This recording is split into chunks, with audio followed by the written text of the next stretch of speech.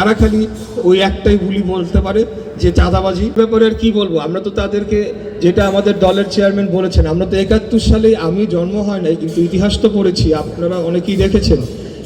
71-এই তাদেরকে দেখা হয়ে গেছে, তাদেরকে আর নতুন করে দেখার দরকার নাই। আপনারা যদি তাদের বড় বড় সমাবেশ করছে তাদের দলীয় প্রধানরা, তাদের যদি আপনি বক্তব্যরা শুনেন, একটাই তাদের ইস্যু খালি চাঁদাবাজি।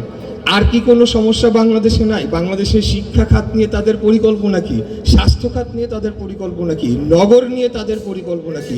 দুর্নীতিমুক্ত করার জন্য দেশকে কি করবে?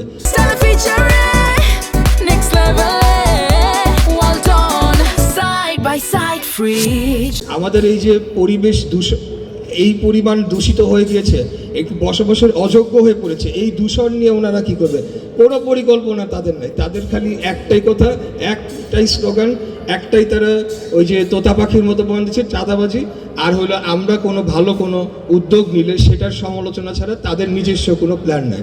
আমরা হেলথ কার্ডের কথা বলেছি, আমরা ফার্মার্স কার্ডের কথা বলেছি, আমরা ফ্যামিলি কার্ডের কথা বলেছি, এবং যারা গ্র্যাজুয়েটরা হবেন তাদেরকে একটা ভাতা দেওয়া হবে, যাতে যতদিন না পর্যন্ত তারা কর্মসংস্থান হচ্ছে, তাদের যাতে ট্রান্সপোর্টেশন বা চাকরি খুঁজতে গেলেও তো এদিক ওদিক যাওয়া লাগে, একটা খরচের বিষয় থাকে, সেটা যাতে তাদেরকে দেওয়া হয় সেটার কথা বলেছি।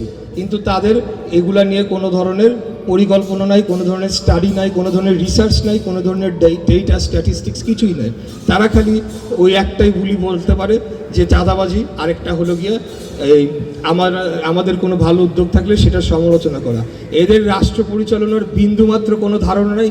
বিশেষ করে আমি মা বোনদের, মহিলাদের বলবো, ভুলেও আপনারা এদেরকে ভোট দিয়ে না, আপনাদের জীবন ধ্বংস করে দেবে। আপনারা এদেরকে চিনেন না, এদের মতো ভয়ঙ্কর চেহারা। আমি আপনাদেরকে, আর এখন যেহেতু আমি একজন প্রার্থী, আমি খুব বেশি কিছু বলতে চাচ্ছি না, তবে আমি মা বোনদের অনুরোধ জানাবো, বাংলাদেশের 52% ভোটাররা হচ্ছে নারীরা। আপনারা দয়া করে এদেরকে আপনারা ভোট দিবেন না, এবং আপনারা দেশকে বাঁচানোর জন্য, আপনাদের জীবনকে আগামী দিনে রক্ষা করার জন্য হলেও, শত কষ্ট হলেও আপনারা ভোট কেন্দ্রে যাবেন এবং ভোটটি আপনারা দিয়ে আপনারা সঠিক সিদ্ধান্তটি নেবেন, এই আশাবাদ ব্যক্ত করছি, এই আবেদন আপনাদের প্রতি জানাচ্ছি।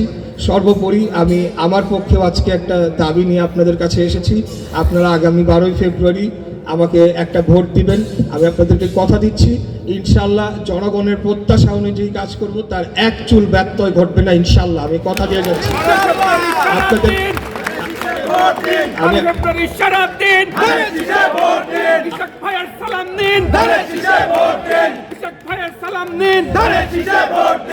আমি রাজনীতি করতে এসেছি কোনো কিছু পাওয়ার বিনিময় নয়, কোনো কিছুর জন্য নয়।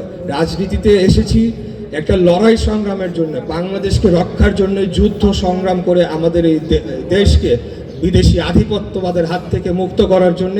সেটাই আমার মূল লক্ষ্য, এবং বাংলাদেশের উন্নয়ন এবং জনগণের মৌলিক অধিকার নিশ্চিত করা, দলমত, ধর্ম, বর্ণ, শ্রেণী, পেশা নির্বিশেষে, পাহাড়ি, সমতল, আমরা পাশাপাশি সমান অধিকার নিয়ে বসবাস করব। নারী, পুরুষ, শিশু কোনো ভেদাভেদ থাকবে না, সকলেই স্বস্তিতে এবং নির্ভয়ে, নিরাপদে রাস্তা দিয়ে চলাফেরা করতে পারবে দিনের যে কোনো সময়। নারীরা হোক, শিশুরা হোক, পুরুষরা হোক, যে কেউ, বৃদ্ধরা হোক, তাদের কোনো ধরনের হুমকি থাকবে না, নিরাপত্তার হুমকি থাকবে না। সবাই এই দেশে নিজের মতো করে নিজের সর্বোচ্চ অধিকার নিয়ে বসবাস করবে, এরকম একটা পরিবেশ আমরা গড়ে তুলতে চাই। আমরা আইন শৃঙ্খলা পরিস্থিতিকে উন্নয়ন ঘটিয়ে এখানে যাতে আমরা স্বস্তিতে চলাফেরা করতে পারি, কোনো ধরনের ক্রাইম যাতে আমাদেরকে এখানে আমাদের সেটার শিকার না হতে হয়, সেরকম একটা পরিবেশ গড়ে তুলতে চাই।